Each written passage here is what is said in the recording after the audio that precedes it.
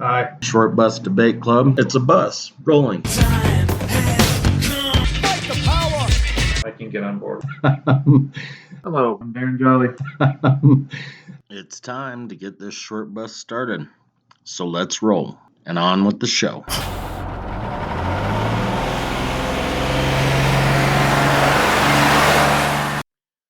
All right, welcome to part 2 of class 1 of the summer semester, where we are talking about subcultures and countercultures, or just subcultures if you're not a pretentious dick. I'm Brian Courtney, I'm Darren Jolly. and well, like I said, welcome to part 2. So we kind of touched on hip hop and how that crossed over and made it to mainstream. You know, we talked about the tattoo things. We kind of talked about people living in their vans or many houses, and I think the main thing that I was getting at, or the main reason that I wanted to do the show, was because anything that was once cool that not everybody fucking loved is now loved by so many. And is it because there is a true love of that thing, or because those people that I referred to as the tastemakers, the trendsetters, the marketers, are they so fucking good at their jobs that they make us love something that wouldn't have previously been loved? Like, okay, so, and this doesn't have jack shit to do with subcultures. Well, maybe, but kale. I fucking hate that shit. But the marketers out there are talking a lot of fucking people into loving kale, and like they tell you, well, it's a fucking superfood and it does this. It tastes like dog shit. I fucking hate it. Spinach is also a superfood and it tastes good. That reminds me of the old black lady that was in Bulworth. He doesn't like collard greens. He just thinks they're collard greens. It's kale. So, I'm gonna go home once I find my panties. I like her. She was funny as fucking shit in that movie. so really, I mean, you know, we talked about monetizing stuff and marketing, because another thing, and this is a vegetable thing too, but I mean, like those bagged salads, like it used to be that it was a bag of lettuce and, you know, maybe some carrots or radishes or whatever. Now I'm fairly certain that a lot of them, depending on what brand you buy, they just take up the shit that they were gonna throw away and chop it up into itty bitty pieces and fucking sell it for $5 a bag, and people are buying it. Well, if you got a nice raspberry vinaigrette in there, you know, with some bacon bits or. So healthy people are probably a subculture too, and there's billions to be made off of those people. But I don't think that being healthy is being cool necessarily. I'm not saying that you can't be cool and be healthy, but, well, hopefully you guys understand what the fuck I'm saying. Darren's looking at me like he doesn't. I just want to talk shit to you for a quick second on a brief aside. Just a brief aside. You know, you're concerned about our flow, but I just want to say, in the spirit of, you know, the Nuggets are like whipping up on the fucking Timberwolves and then the Suns and then the Lakers and the fucking Heat. You know, in the respect of basketball, we fall back into our rhythm like Clyde Frazier and Earl Monroe, brother. So Yeah, we did all right. We did good. So which is a reference to Rounders, just in case. I'm not going to give you my illusions all the time, but I'll give you that one. So what other subcultures? I mean, because, like, as far as we talked a little bit about hippies, so as far as I'm concerned, and obviously not all of them, you know, some of them died. Some of them did what I would have called selling out. I mean, Santana, Carlos Santana, fucking flat sold out as far as I'm He would give concerned. like a 12-minute soliloquy about Jesus at every fucking concert, dude. Like, That's fucking horrible too, and that's a different version of selling out. Maybe that's just because he thinks he's that much closer to dying. or that much closer to Jesus. Well, I mean, I guess that both things could be happening at the same time. But so, but this is where you get into one of those spaces where, like, it's like the revolution starts happening too quick, right? Like, I think about like, so the Dead, when originally they were doing what they were doing, they didn't have so many people following them. But by the time, I mean, so like I started listening to Dead about '93. You know, I was 17 years old at the time. Um, I went to see him. We tried to get tickets to the McNichols Arena show in '93, but there was no way. I went in '94 and went to You Vegas in couldn't even get a '94. miracle. No, there were no miracles. It was cold. We got a lot of good mushrooms and some very nice kind buds and stuff. So a couple of nice tabs of acid, you know, but nothing, no music, just drugs, right? So then, Tomato, tomato. yeah, say tomato. But so Jerry wouldn't come back to Colorado at that point because, like in the '80s, he was partying so hard and he became a heroin addict and he was having some physical difficulties. The last time he played at Red Rocks, he about fucking keeled over. So he wouldn't play at altitude because he couldn't breathe. But he, like just push came to shove and he came back here. And then again in '94, they did and I went to all three of those shows at McNichols and just got way too lit and didn't understand. I wasn't feeling it, but like by the time I went to see the Dead shows in Vegas in '94, you like I had some nice Jesus LSD at that one and was having a really good time, except for the fact that I was with Pickle. That's never good for enjoying a show, but I was dancing at least, having fun, like getting involved in it. But by that time, the number of people that were following the Dead, I mean, it had exploded. Like the subculture had been. Did I ever tell you what happened in Chicago in '95 at the last shows with the guy coming up to me with the we smoked the bowl. So this guy walks up to me, right, and there's 100,000 people on the lot, right, and Jerry Garcia security. That's like with the security people. They were all over the fucking place, and this guy come. I'm. It's the. I'd gone the night before. I was very. It was early enough in the day that I was pretty well hungover, and I was smoking a bowl. And this guy comes up to me and asks me if he could smoke with me. And of course you're at a show, so or you're at a pre-show like parking lot scene, and so I'm like of course. So he's like, and I'm. What is it? It's July '95, so I'm 19. I'm pretty young and still relatively naive at that time and he looks around and he says there's something wrong around here and I'm like okay and he's like well just come with me for a minute and he says look at all these Garcia security people that are all around right and look at the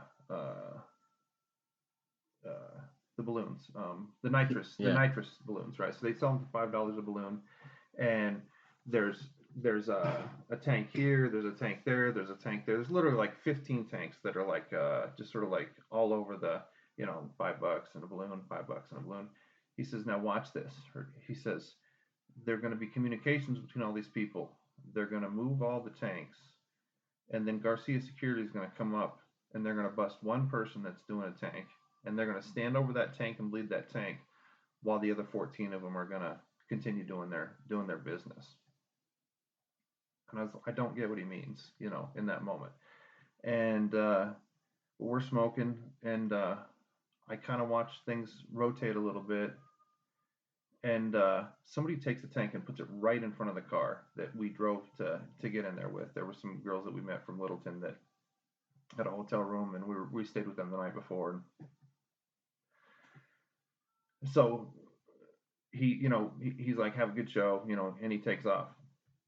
The next thing I know, Garcia security comes up and busts the guy that's running the tank in front of the car that we're at, and they do exactly what it was that he said to me, and the tank starts bleeding out, and they're just emptying it, and meanwhile there's 150, 200 other Garcia securities that are all over the fucking place. These two guys are bleeding the tank, and the other 14 balloon zones are, just pumping out $5 every 30 seconds, right?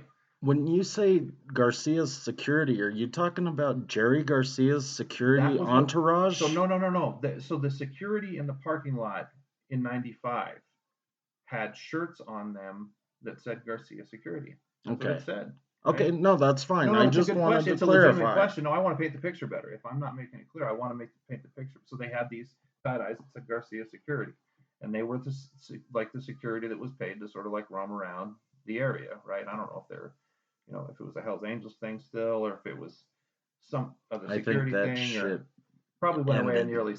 70s. Yeah. But I mean, no matter what, these guys were big guys and they were doing their thing and they were wearing fucking tie dyes and it was kind of a weird thing, right? So they're bleeding it, right? So this guy comes up and starts talking to him there, right? And there's this red minivan that's right next to us. And he has, so like when you're at a dead show, like during that time period, there would be people that would be selling shirts that would be stuff that people created, Dark Star or Eyes of the World. Like it would be something very specific to a person's creative license, and they would sell at the shows, and that would get them from place to place to place, right? But there would be there are shirts at the shows that were like the studio shirts, right? Like where if I saw somebody wearing a shirt like that, that's a person that hasn't really been around for a long time. They're like part of the corporate culture in relation to it.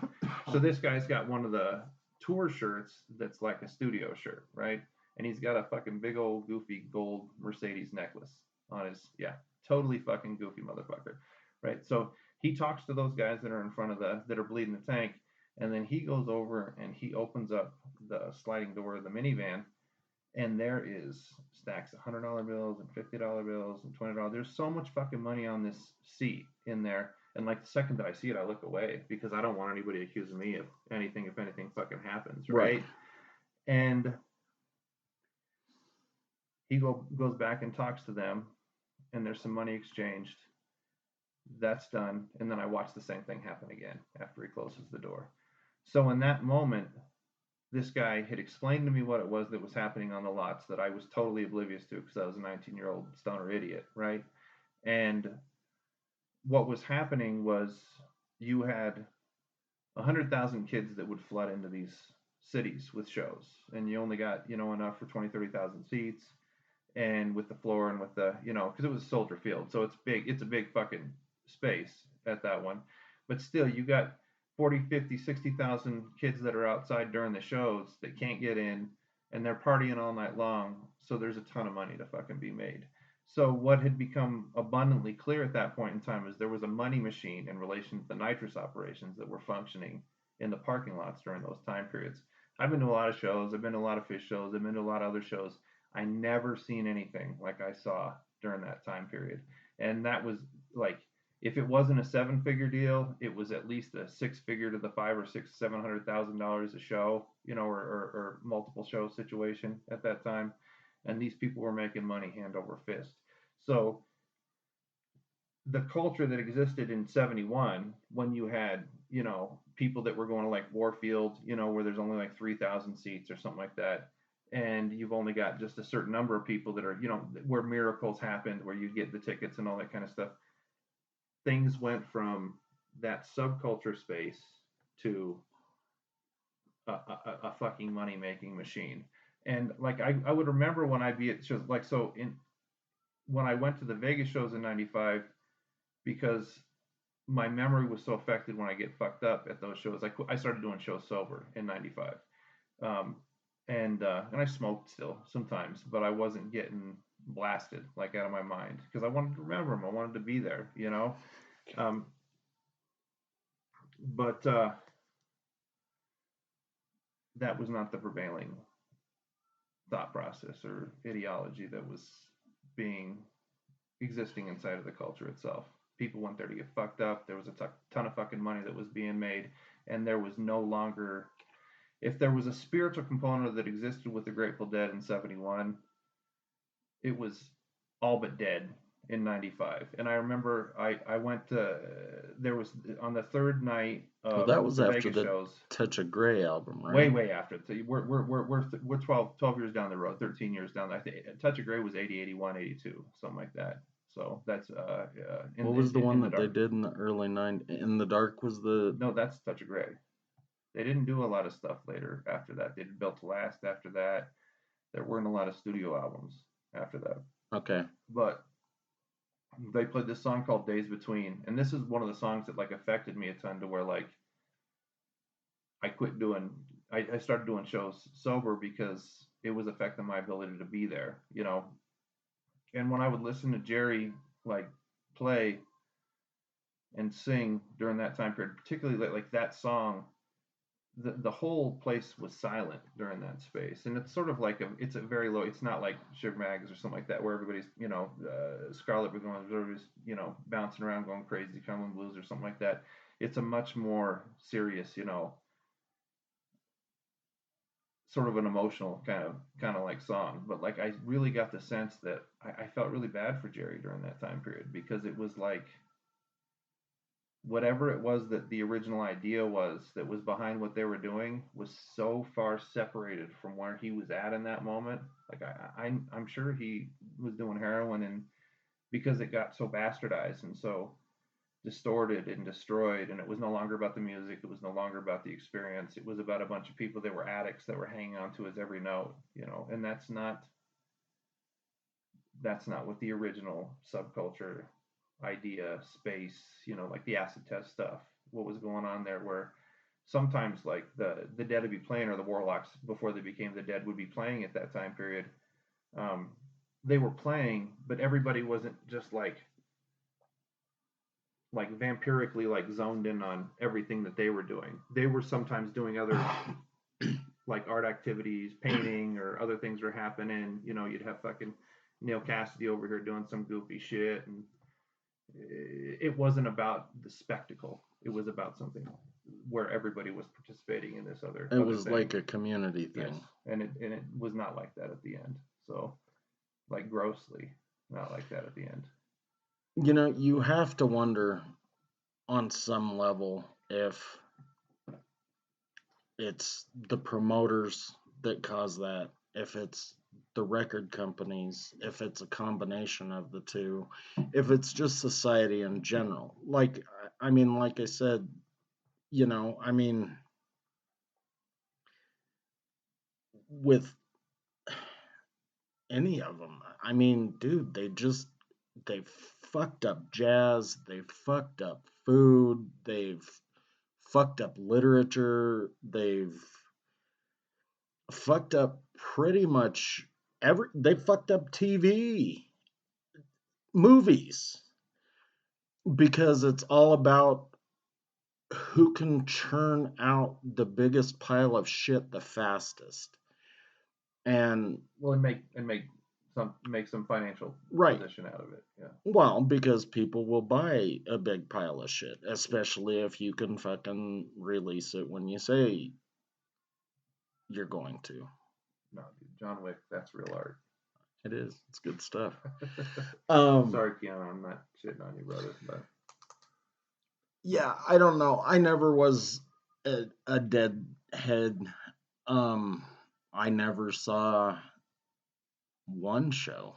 but it is interesting to, you know, another thing that I think about in relation to where you have a cultural position that, and again, like I said with the hip hop stuff, to be a purist, you're missing the point of the thing in the first place, right? But where it goes from something like punk rock was this thing where, you know, Sid Vicious, Sid and Nancy, and the Minutemen, you know, fucking Gigi Allen, you know. I mean, that was as fucking counterculture as it gets. I mean, that dude did some weird shit on stage. Something like take a shit on stage sometimes because he was so like, fuck you, motherfuckers. And Gigi Allen, he might have been a little bit out of left field, but no matter what, like the Minutemen, they had a very specific, like they were angry and they were trying to give a political message. The Dead Kennedys, you know, Jello Biafra, you know, Henry Rollins, those various different spaces, like they were Black Flag, and I mean, it wasn't pure, you know, $35 in a six pack, do my name, you know, I mean, you know, whatever, you know, I mean, that's about a class thing, but there's, you know, but there was still something pure about what all those people were doing. But then you see like the emergence of, you know, you got circle jerks, social distortion, uh, my, Minor Threat, and then Fugazi. Fugazi was still like Ian MacKaye was very much like I remember the first concert that I went to. Like I went to the Beach Boys with my mom when I was like 11, but the first concert I went to by myself was with Leslie and Ryan Carpenter to Fugazi at the Gothic, and it was $4 if you bring a can of food. Right? They do it so they do a food drive at the show. Like I mean, Ian MacKaye had a very specific social agenda that was tied to everything that he was doing. But then you and like Bad Religion, there was a lot of I mean all that stuff was very politically driven. But then you see the emergence of like no effects, you know, and Green Day. yeah, you get into the space of pop punk, right? And that was just skateboards and fashion, you know. I mean, anything that was meaningful, you know, it's just not. It's like once it hits that space where you can make a ton of money out of it, and it becomes a fashion. It becomes it loses. And I'm not gonna. I don't want to shit on No Effects and all those bands or Pennywise. You know, I don't know a ton about their music. It didn't really move me. You know, I mean, I don't know a ton. Weezer, whatever. You I know, like Pennywise. Okay, I like Weezer. I mean, not enough to probably go see a show, but I mean, I but it's still didn't ever pop punk. consider them Green Day though, and maybe they are pop punk. Mm-hmm. I don't know. Green Day. That I mean, that was a nightmare because you like literally had the jugga, jugga, jugga, jugga, and then it would go the big bass line. So it was like two different songs rooted in one song. Green Day's fucking horrible, and I have no idea. Like they gave them the like. There's a fucking Green Day musical or Yeah. some shit, dude. American Idiot. Yeah. Yeah, I don't know. Like again, I and it's not because I think I'm cool or I want to stay cool or it's more again like anything whoever it is. I don't know if somebody's looking at a fucking crystal ball or if they're watching fucking TikTok to see what's happening there or Facebook or what. But they end up putting lots of money behind certain genres or certain artists or whatever, and they go from being subversive to now being mainstream, you know. And I kind of understand why, you know, parents were upset about kids in the late 80s listening to NWA. I kind of get that. But you know, now Ice Cube is doing fucking kids movies. So fucking weird. So dude. how again, the band was Niggers with Attitude. And now he's doing Are We There Yet? So he is subversive. I mean, they fucking shut their concert down in Detroit for singing Fuck the Police. Coming straight from the underground. And now he's like a fucking Disney star, or maybe not Disney, but you get the point. He's it's not whatever it gets subverted. I mean, and the original like that NWA during that time period, I mean, was socially important, you know, really fucking socially important. And Absolutely. I was in fourth fucking grade, and I remember listening to fucking that album and this kid Jim Bradshaw, he'd like bring the fucking tape to school, right? And like we'd have like snow days, right? And like they could play License to Ill, right? But one time he tried to put that in, and you know the teacher.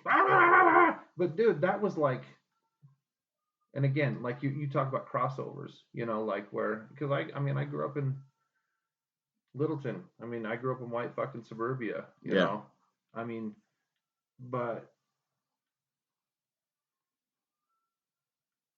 that opened a door to our understanding of something that was going on in a different community that connected to us on one level but totally didn't connect to us on another level, but it opened that space for us to see something. Well, and it didn't do it with everybody. I'm, fairly certain it did it for you. There are a few people that probably saw it, but you know, you now Ice Cube, Dr. Dre, Yella, all those guys, they were singing for what they thought was their audience. It was the people around them. They weren't singing to cross over. No, but it was there. It was there. But the reason that I mention it is because, again, I mean, Mexicans are beat by the police all the time. Fucking Native Americans are actually killed more than black people by the police. So it's not just a black thing. No, like Cypress Hill. Like when Cypress Hill first got that first album, especially, dude. Like Pigs, Latin lingo. I mean, of course, like dumb rich white kids love the fact that they talked about weed, right? Which is why they went from a really incredible, like the first album to fucking insane in the fucking membrane, where hits from the bong, where it just turns into something about that first album of Cypress Hill was about social consciousness. Like I said, it was about their experience in LA, and then it went to and whatever. I'm not dogging on any of y'all, but there's a difference between Latin lingo and hits from the bong, a huge fucking difference, and that appealed to tons of middle class white kids. I remember, so I saw Cypress Hill at the Mammoth in '92, and Rage Against the Machine opened for them. It was a fucking awesome fucking concert. Like I remember fucking Travis Little, like his culturally appropriated dreadlocks, but because he was one of the, no, like somebody got me the tape and I was like, oh, this is fucking incredible, and but then after that, because it was by the time that Cypress had the second album out, there it was all about taking 6 foot bong hits on the fucking stage, and that just I'm just not really sure. It's like there's from NWA getting kicked off in Detroit and them getting arrested under certain circumstances doing what it was that they were saying, and then and of course, like we lived in a black market weed culture, and weed during that time period was something that was subversive. Like there's no doubt about that. But it became studio real quick, in my estimation. But see, you just now mentioned another one. Mm-hmm. I mean, dude, seriously, weed was subversive. Everybody smoked weed in all 50 states. I mean, Josh got pulled over in Utah and almost had to go to fucking prison for having 2 seeds. 2 seeds. I forgot about that. But we all smoked weed because we thought it was cool. We thought we were fucking rebellious.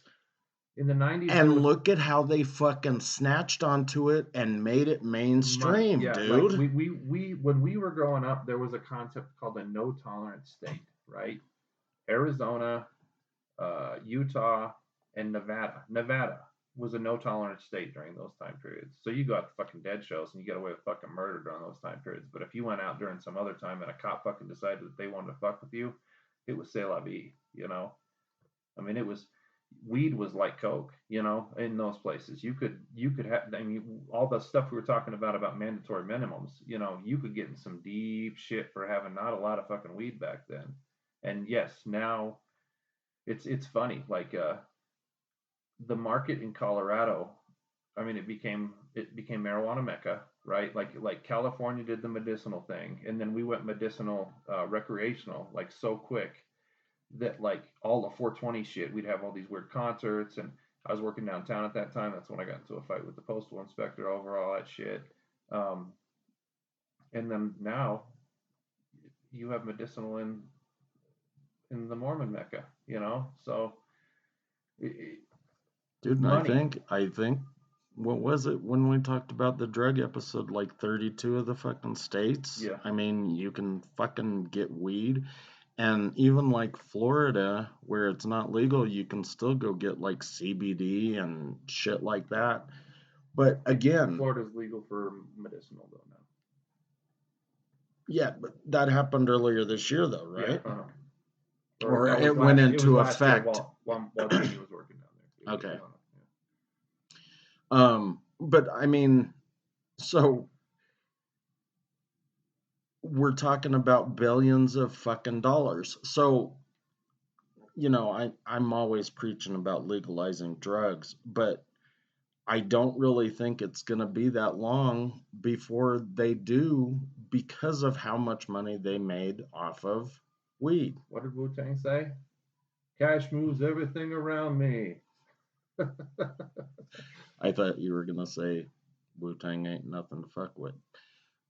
36 chambers.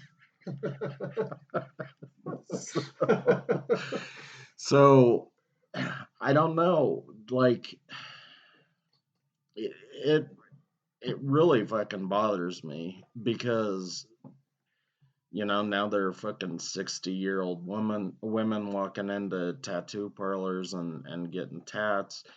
It really, Well, at least they don't have an eagle turning into a vulture, it will soon enough because they're already fucking 60. I talked about it Don't be a hater, dude. in my book about those fucking dildos at the fucking Halloween party saying, well, dude, we got free ink when the government was doing the tattoo behind your ear and one on your arm and one on your ankle for the tracking purposes.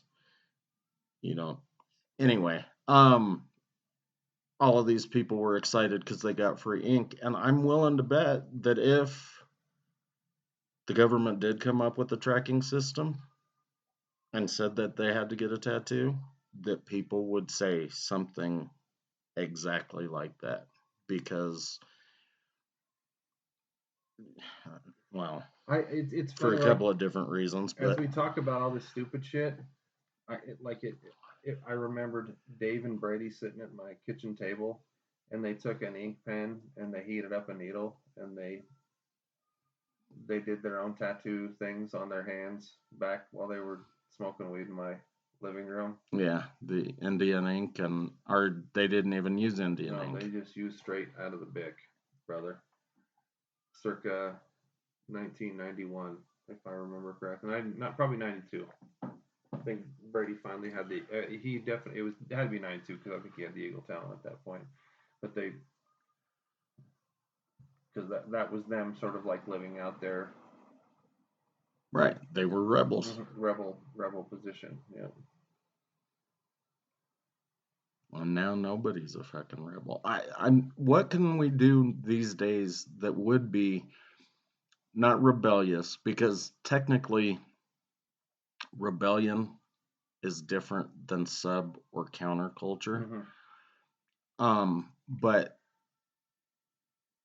I guess for society's definition, we could say rebellious.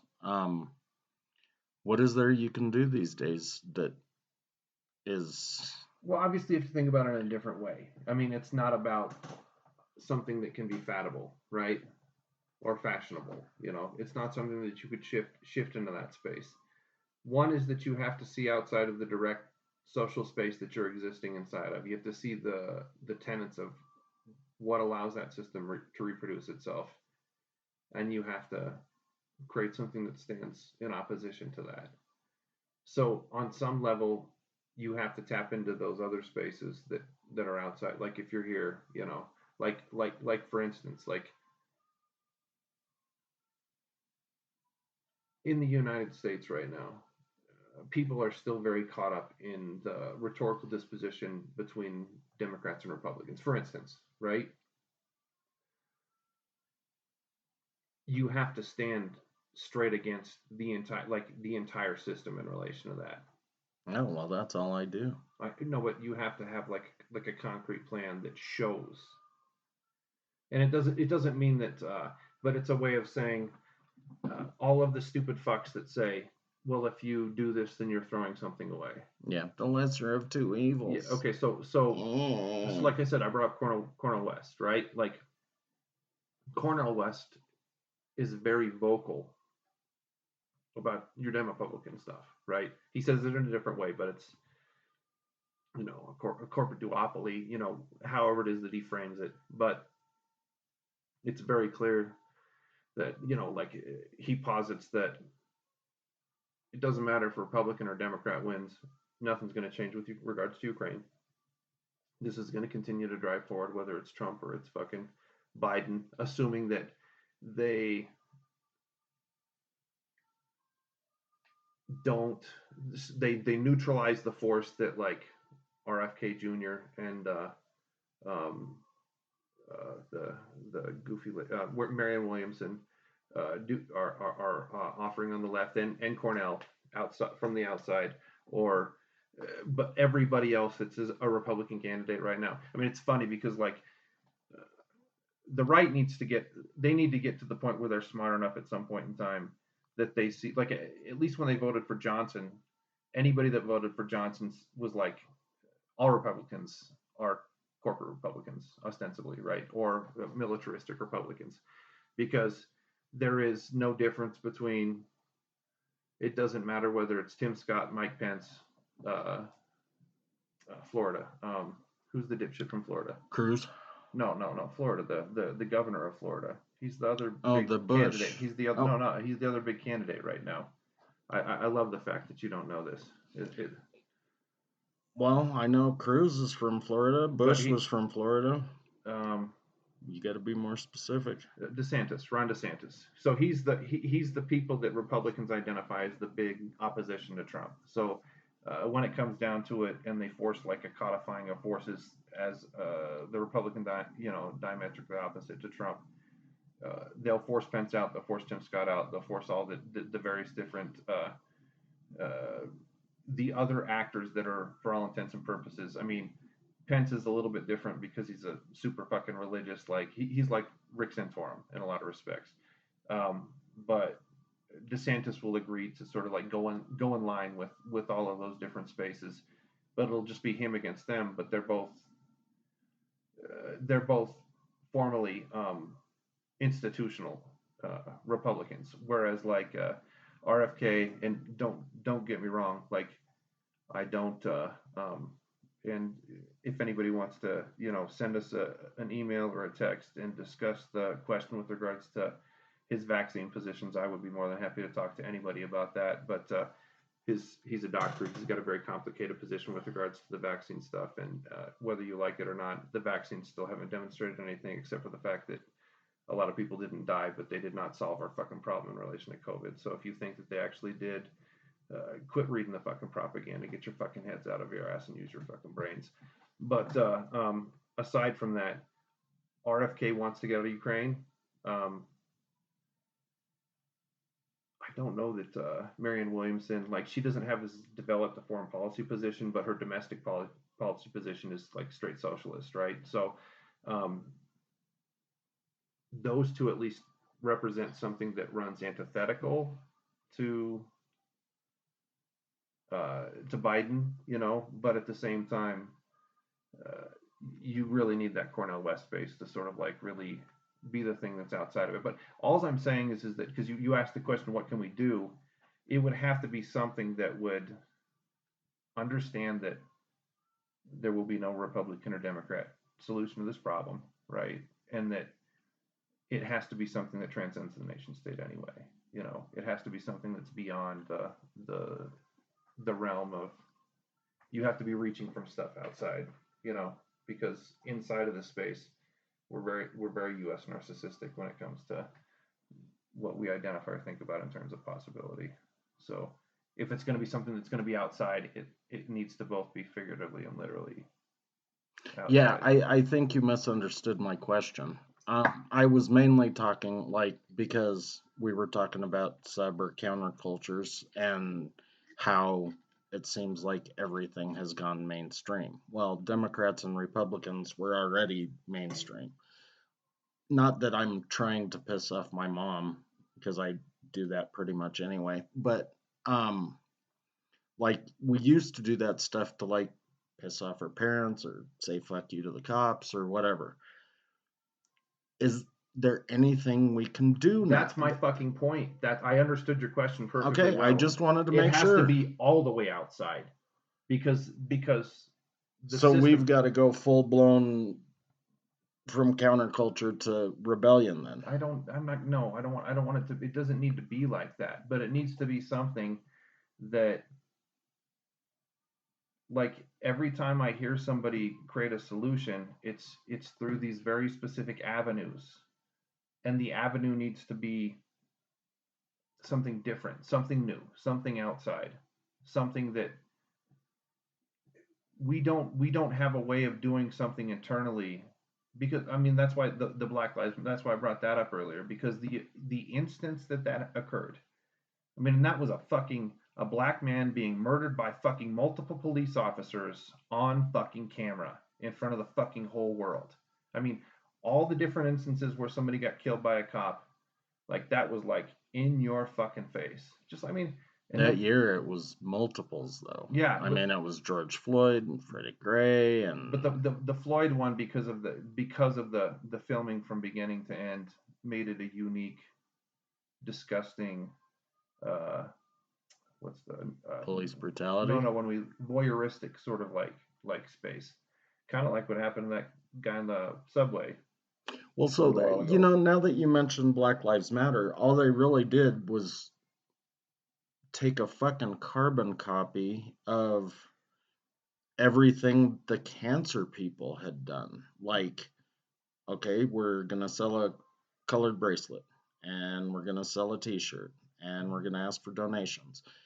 And obviously, the cancer people, I can't remember which one of them came up first. I think it was the yellow one for Lance, but it might have been the pink one for breast, but whatever. Testicular breast cancer, whatever.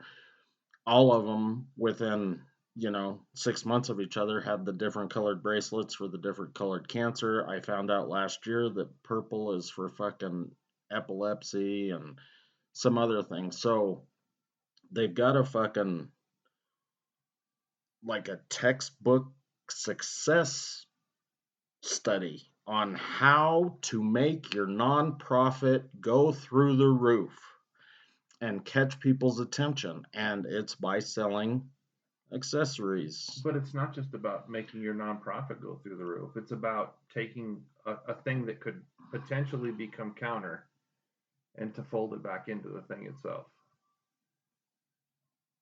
Like, because it Right. could have turned into something else. Some other things could have occurred out of that, but they literally like co-opted the whole thing in a matter of minutes. I mean, that's part of the reason why. I mean, in Democrats, Republicans, whatever. That's part of the reason why the Bernie space was kind of interesting, because there was a moment where you had something that was standing in front of that system saying, and he's been an independent forever. He's a socialist. I mean, he used an modern monetary theory person as his economic advisor and Stephanie Kelton. Like he had a very he was not a Democrat, which is, I mean, of course, like all the mainstream Democrats were saying that, and they were right. Of course, they were right, but he was trying to create a mirror in that moment. So there was a space where there was something that could happen, and then, like a bitch, Bernie. I'll never forget. I saw him speak in 2016. He came to Jeannie's school, Thunder Ridge, and I was so fucking mad at him then, because he was, Hillary this and Hillary that, and I was like, dude, you said all that shit, and now you're sticking your fucking tongue up that fucking cunt's ass. I mean, what the fuck is wrong with you? And then again, like momentum, and he had some really cool, like Nina Turner and Brianna Joy Gray, and again, like, I don't agree with Stephanie Kelton's positions with regards to political economy, but it was something different. It was something interesting, and it showed something about money that was important that we needed to be thinking about. And all of these things happened, and then COVID occurred, and within the period of 60 days, you had a movement that got, after the Nevada win, South Carolina, went to Biden Super Tuesday, like he just got crushed because everybody dropped out. And instead of at least standing there and fucking Elizabeth Warren for not fucking dropping out at that point in time, she would have dropped out. South Carolina could have gone very differently. I fucking mean that. And I appreciate all the fucking stuff that you did in the wake of the bullshit that happened with Wall Street, but you should have fucking dropped out. You were a sellout, bitch. And when you accused him of being a sexist, and I'm a white guy, you would fucking say whatever the fuck you want about me. You're a fucking bitch for doing what you did during that time period. You should. The second that Buttigieg and Minnesota, Wisconsin lady, whatever her name was, that senator dropped out, as soon as that all happened, Elizabeth Warren strategically should have understood that Bernie had much more momentum than she did, and there could have been something real that happened. But something happened in that moment that was possible, and then he fucking wilted like a fucking flower. And ever since then, he's voted on all the military bills. He's voted on all the Ukraine bills. I mean, he's just fallen in line and all the measly ass weak shit that you guys had. The America whatever act. Fuck you all. You're a fucking apologist for power now. So again, something that got subsumed into the position where he was actually in a spot where something could have happened. Black Lives Matter was in a spot where something could have happened, but nothing fucking happens because the corporate position consumed it. And maybe Bernie was hanging out with Edelstein too or something. What the guy, the CIA guy that allegedly now Noam Chomsky borrowed money from too. Well, there was some other stuff with Black Lives Matter that you told me about, like the fucking dude that started it, or maybe it was just the California one, went and bought a $6 million house or some shit. I mean, money. Yeah. So I think while we can blame corporations and the political infrastructure that we have, I think we can blame a lot of what happens on that. But I mean, it can't solely be that. Maybe it is. But I don't know. Strategically, if that's what it is that neutralizes it, then that's what it is that neutralizes it. But that's where, like, I mean, I'm not giving you a good answer to your question because you're asking for something new. It has to be something that like what you brought up about those people that are living in those spaces. That's why that's so interesting because it happened organically. When something like that happens organically and then people sort of start to, especially like in the New Mexico situation, and like I said, the way that they had it into the wild, in that, I don't know if it was Nevada or Arizona, but it was in that desert area, or maybe it was in Eastern California or something like that, but where you have these spaces where something happens and people start to congregate. Oh, you're talking about down at the Salton Sea in California? I can't remember. I don't. It was. Did you see Into the Wild? The movie Into the Wild, about the kid that died up in Alaska? Yeah. I saw parts of it. There's this goofy part of it where he meets the girl from Twilight. Like he meets these hippies and they end up in this space. But that space, there's all those. The picture that you painted about New Mexico, where there's all those, sort of like this caravanning that sort of happens in those spots. That gives me sort of a thought of inspiration to where there's a reclaiming of space,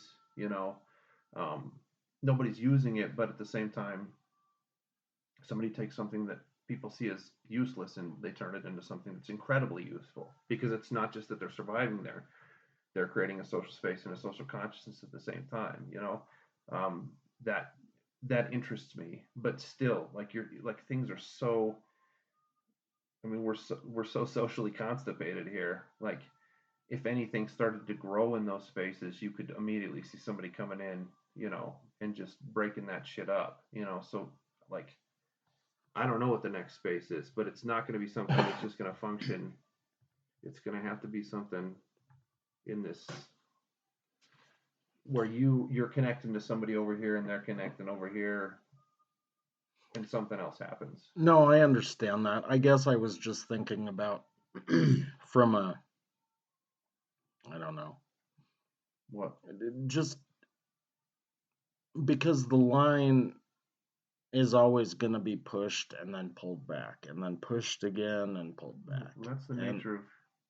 Yeah, but I mean, we've obviously pushed the line quite a ways, and maybe it's going to come back and knock a bunch of people over. I don't fucking know, because I can't figure out really exactly what to do. I mean, you know, fentanyl's going fucking crazy. People are dying left and right, and it seems like the first thing anybody around here wanted to do was make it,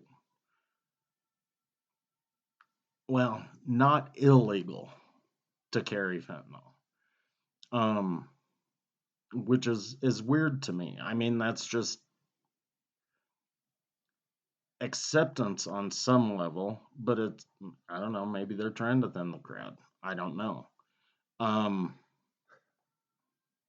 It's just weird to me. Again, I'm trying to figure out, because if we push the line so far, you know, alcoholism, being fucking crazy, tattoos, can't listen to, you know, any kind of music anymore, because all of it is accepted by everyone. I mean, there might be some genres that people don't like, but it's not like they're saying turn that shit off because whatever. We all have headphones, right? I mean, so,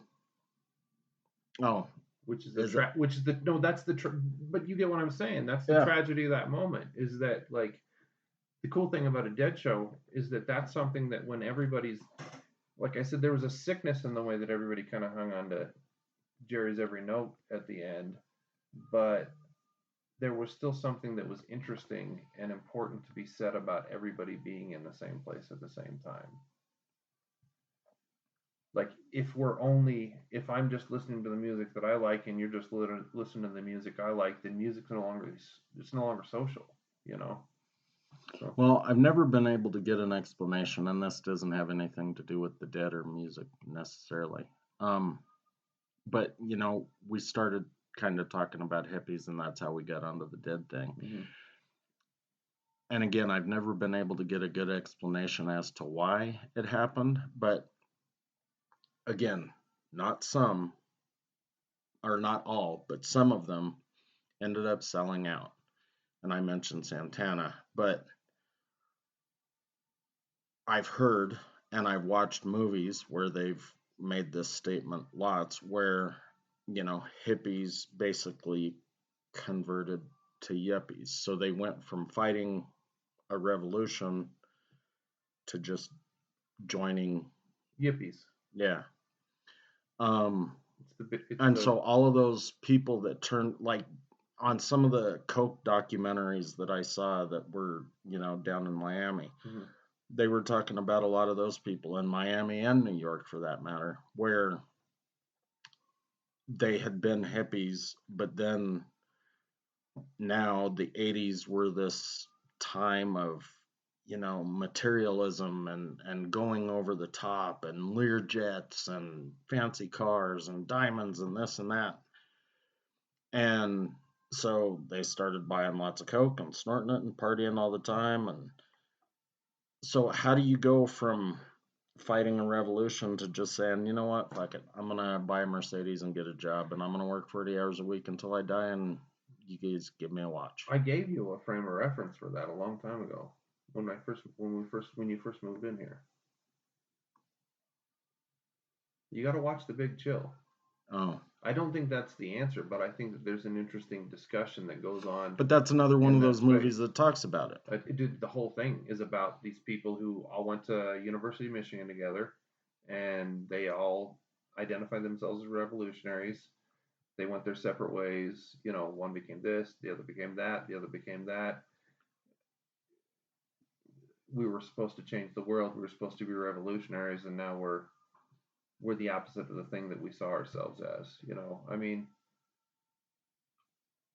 obviously the question you're asking is sort of rhetorical on some level, because there is no clear answer to what it is that happens, except for that sometimes the question is just too big for us to negotiate as an individual.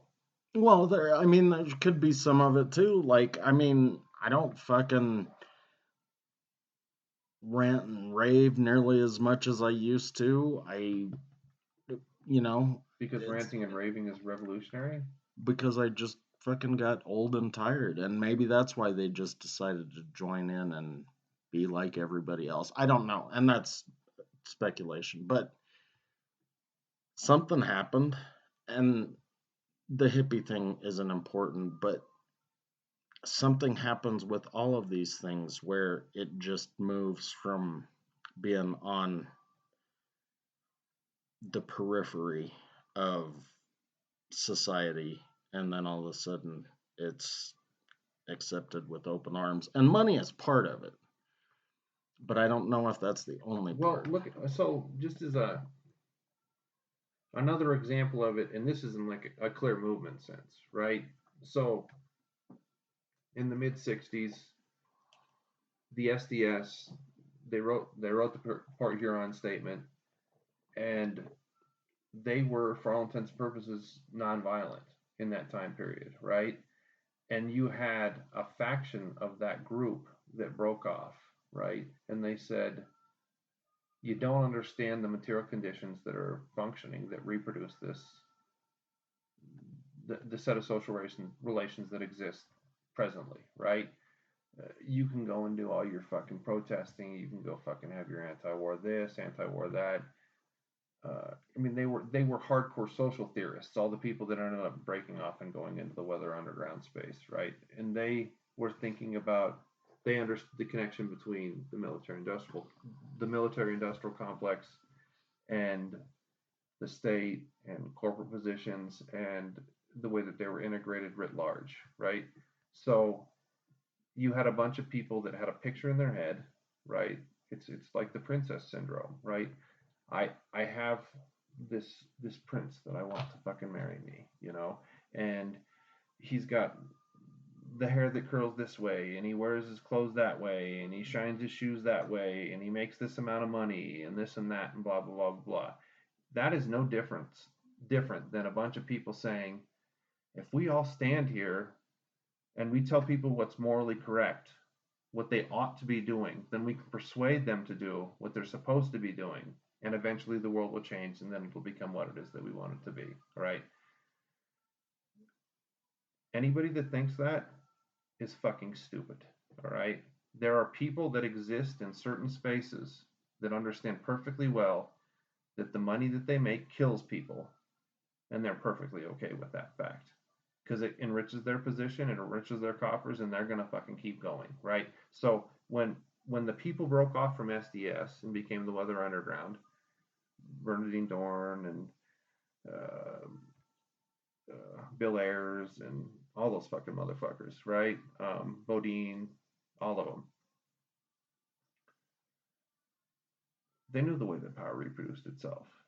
They knew that you couldn't just stand there and tell the world what they should be doing, because the world knew exactly what it was doing, it knew how it was getting what it was getting, and it was going to continue to do that.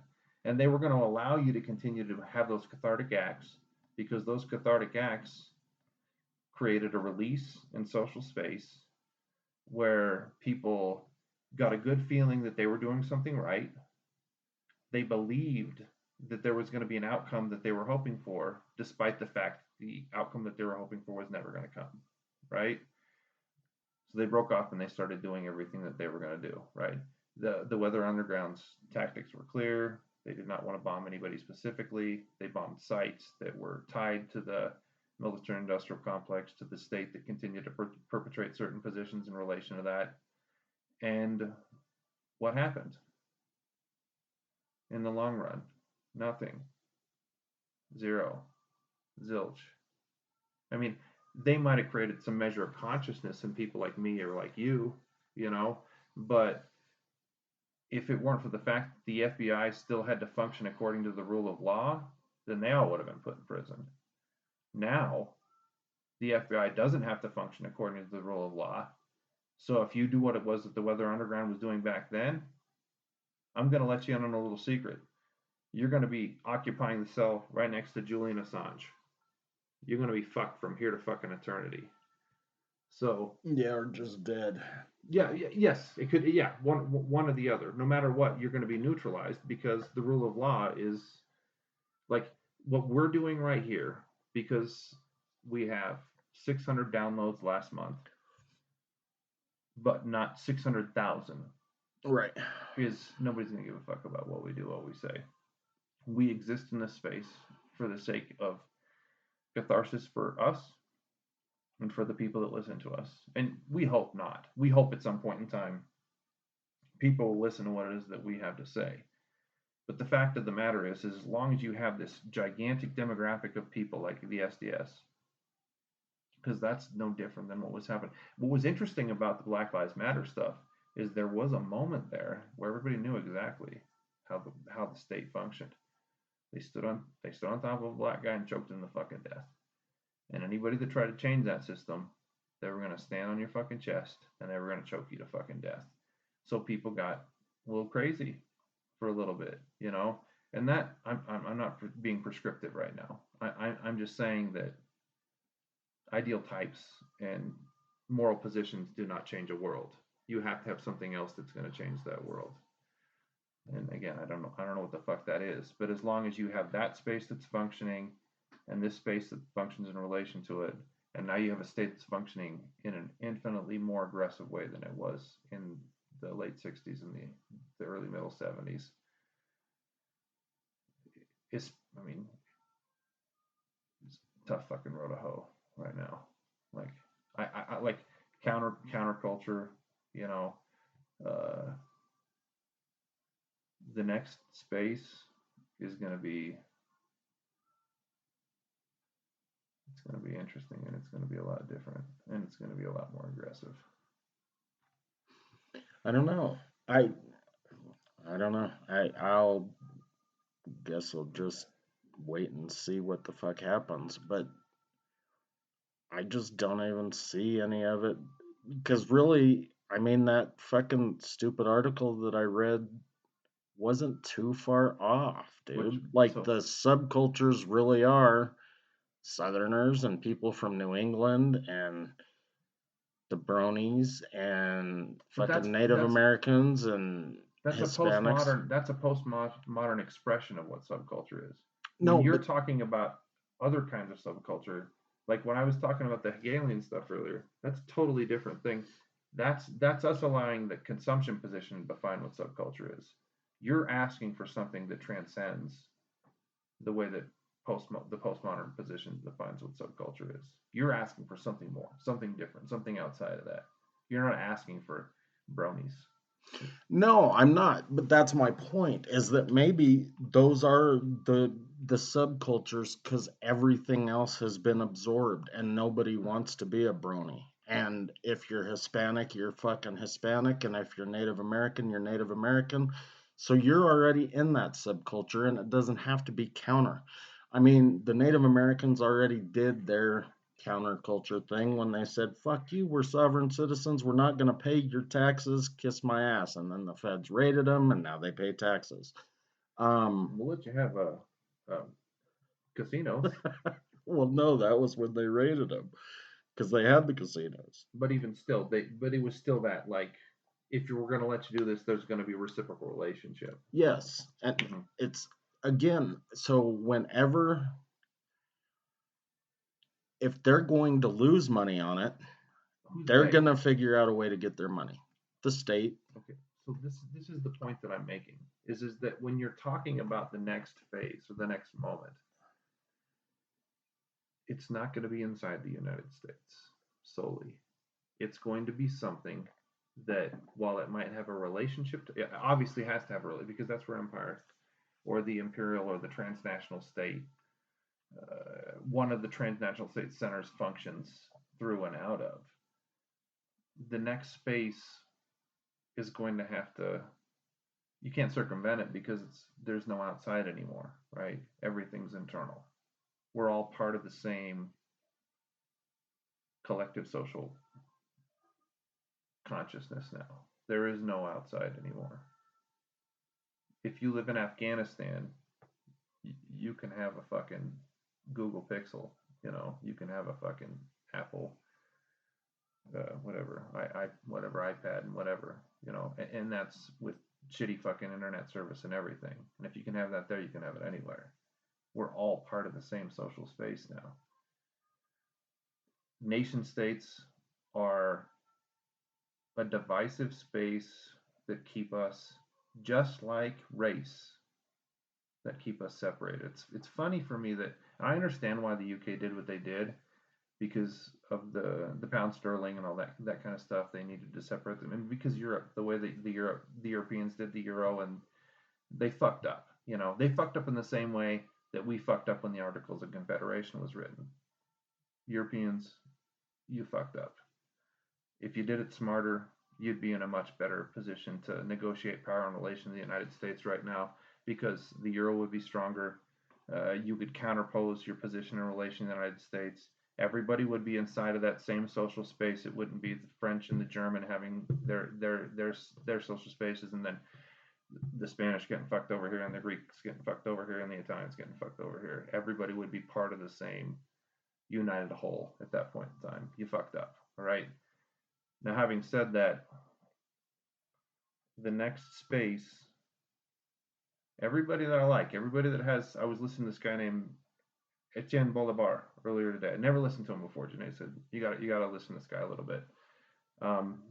Again, when he got the prescriptive position, and prescriptive positions are always open because there's no clear answers to what it is that we're trying to deal with in this social space right now.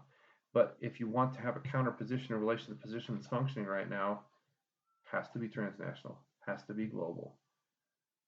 Capital already functions like that. We socially do not. And if we want to counter a position in relation to that that's formidable, thoughtful, and creates a space, go global punk rockism, whatever the fuck it turns out to be, global fucking K-pop, C-pop. What, I don't give a fuck. It has to get out of those paradigmatic spaces that are keeping us. I mean, you get so keyed in on the fact that everybody gets so bogged down in identity in relation to sexuality or race. It's no different when it comes to nationality or nation-state relationships. I didn't say that it was, but a lot of that, like, so you've traveled. I've traveled some. Yeah. Mm-hmm. Some of our friends have traveled extensively. Some, but I know people, I've talked to people that have never left the state. So it's hard for someone who has never been even to fucking Seattle to think about stuff, and not politics, not finance, but socially. It's hard for them to think socially if they've never left the fucking Denver metro area, if they've never left New York City or Miami or wherever. So while I don't completely disagree with what you're saying, I think that bridge is going to be a hard bridge to cross because of the fact that so many people are not even, lower middle class. So they might be able to read what's going on in the Ukraine or Russia, wherever. And that's if that isn't censored. But they might be able to read and actually know what is going on in these other places. But they won't ever know what is going on in those other places because they've never been there. And they won't know how those people act socially. But you're presupposing that based on actually having to get to those spaces physically, geographically. And what I would like at least say counter to that is that the children that are born of this time period actually have, especially like the ones that can really create a space that I'm pointing towards or hoping towards. Like in this context, I think about the fact that, and we still don't have any fucking idea who it is that's really listening, right? But we know that somebody listens in the Philippines. We know that somebody listens in India. We know we got a couple people that listen in the UK. Like, there is a space where we can imagine those other spaces, even if we can't get there.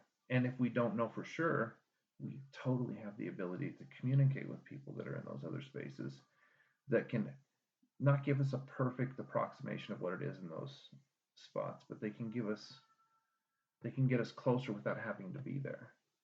So there's a possibility without being there that, I mean, otherwise, why in the fucking world does an 18-year-old fucking girl listen to our shit in the Philippines? I mean, based on the demographic, information that's given to us with regards to when we look at the statistics, right? Right. Like I said, I'm guessing she's stationed there from the Navy. Which may be true, may not be true. And it may be actually a 67-year-old Philippine man that creates an identity as an 18-year-old, Filipino girl, or right. whatever. So yeah, that really does a lot for us from a social but perspective. but geographically, in terms of where they're at and what they're doing. Now, having said that, there's a response somebody could make in relation to that to me, and they could say they're creating false IP addresses that make look like they're from those locations. And I don't know enough technologically to respond to that claim, right?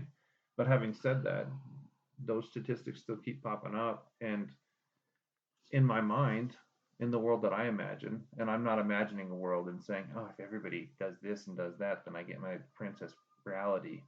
What I'm seeing is that the technological infrastructure that exists and the potential for consciousness to reach into those different spaces and to create possibilities. And if we can honestly, like, it's so funny listening to people talk about artificial intelligence right now, because everybody's like the Terminator, blah blah blah blah blah. I'm like, whatever. We don't know. We have no fucking idea. But the fact of the matter is that those spaces do exist in terms of the technological infrastructure in our reality, and who knows, and like, honestly, if I didn't believe there was a possibility, I would not be fucking sitting here doing this with you. I have to fucking believe that there's a possibility. Otherwise, honestly, I'd slip my wrist in a warm tub. I'd fucking blow my fucking brains out. And I'm not going to fucking do that, because I see the infrastructure there. I see the possibility there. And I listen to other people that are talking that I like, that have thoughts that are good. And they excite me enough to where I'm foolish enough to believe that there's still some measure of hope in relation to something that could be a real counterculture that exists outside of the existing power structure right now. Maybe. Yeah, I don't know. I'm still just trying to think of, like, well, never mind, because that's a fucking topic for another show. I was just time to tangent. Oh, well, it's not. I haven't really formulated the thought. I'm still just sitting here thinking, like, somebody can fucking Facebook Messenger or fucking tweet or TikTok or whatever with these people in these other countries. But you're only going, kind of like when we used to play darts or foosball or whatever, you're only gonna get as good as, the person you're playing. You're only gonna know as much as that person knows. So if you're a fucking idiot talking to another idiot, then how does that help us? That's very glass half full, though. Because, I mean, there's an ontology that creates the possibility to where you could have an intelligent person talking to an intelligent person too, and so, like, you have somebody puts, like, there's this guy named James Lee that he's through Breaking Points, and he's been doing these shorts lately that they're funny and they're shit talky, and they're not super in depth, but they're insightful, and it's like TikTok, but it's not TikTok. But the way that he does it, like I've reached out to him a couple times and we've interacted back and forth. And this guy I don't fucking know, but he's tied to that media network that I like that's interesting. And I offer thoughts and he offers thoughts. I mean, that's how you lay a foundation. I mean, Rome wasn't built in a fucking day. One stone by stone, my good man. You just go one space at a time. What is this episode? It's episode 100. We went from having, Technically, this is 101. well, we can argue over that on a different point, but this is room 101. So we just walked into 1984. But having said that, we had a lot more downloads last month. We've had quite a few downloads this month, maintaining. We don't know if it's people that are listening from a community that we don't respect or have any interest in, or if they're actually real human beings. We haven't had any real responses from text message or from voicemail, but the downloads are there. Everything is everything that you do.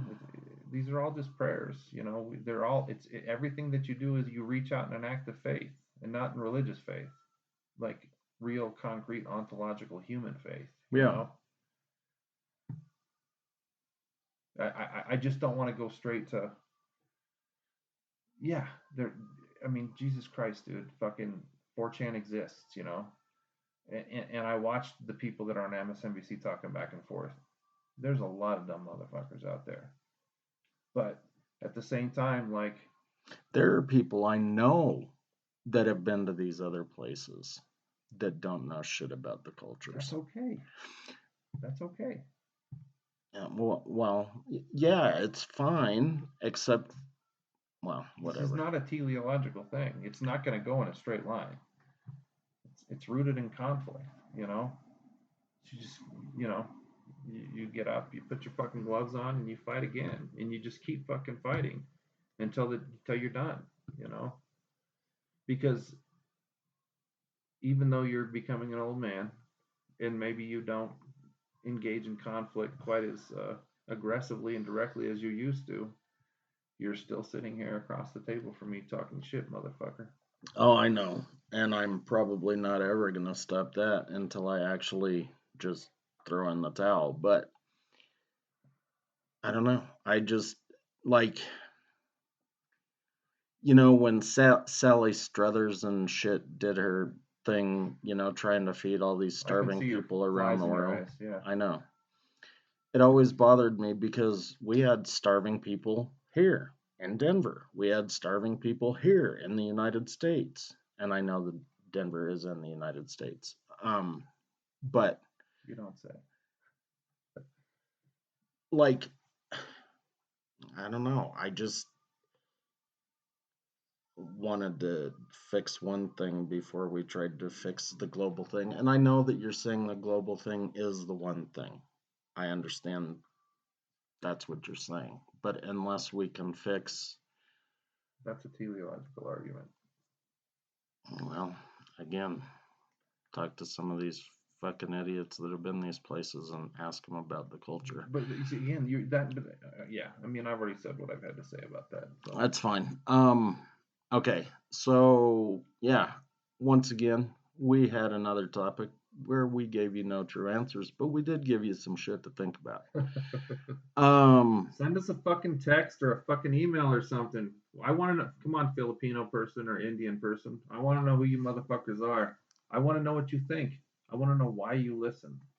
Please. Yeah, or fuck it, the ones in the United States. Even or if you Italy, think we're idiots. UK. Tell us we're idiots. But at least tell us why, Get involved in the conversation. All right, so we are coming up on an hour and 20.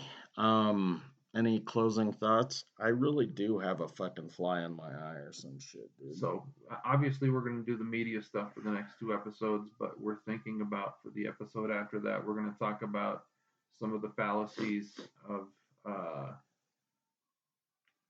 the move away from gas and oil to renewable energies as a solution to energy problems in the world. That's something I think we're going to talk about on the one after that. Yeah, I thought that was what we had discussed. Okay.